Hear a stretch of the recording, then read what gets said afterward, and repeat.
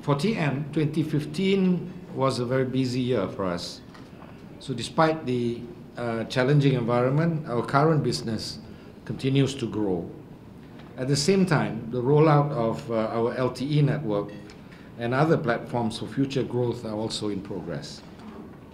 So on revenue, our operating revenue for the full year of 2015 was 11.72 billion ringgit, which was an increase by 4.3% against last year's 11.2 billion ringgit. Excluding P1, the revenue growth was 3% from 11.24 billion to 11.52 billion ringgit.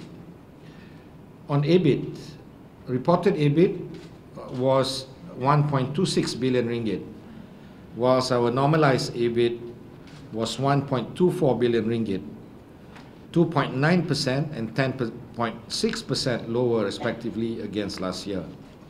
Excluding P1, reported EBIT was 13.7% higher against 2014 at 1.53 billion ringgit, whilst our normalized EBIT stood at 1.52 billion ringgit.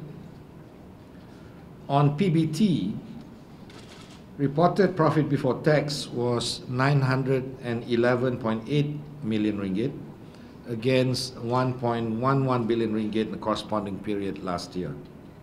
Due to the impact of the depreciating ringgit as well as a higher tax impact, our reported PATAMI was lower by 15.8% at 700.3 million ringgit, whilst our normalized PATAMI was 4.9% lower at 894.9 million ringgit.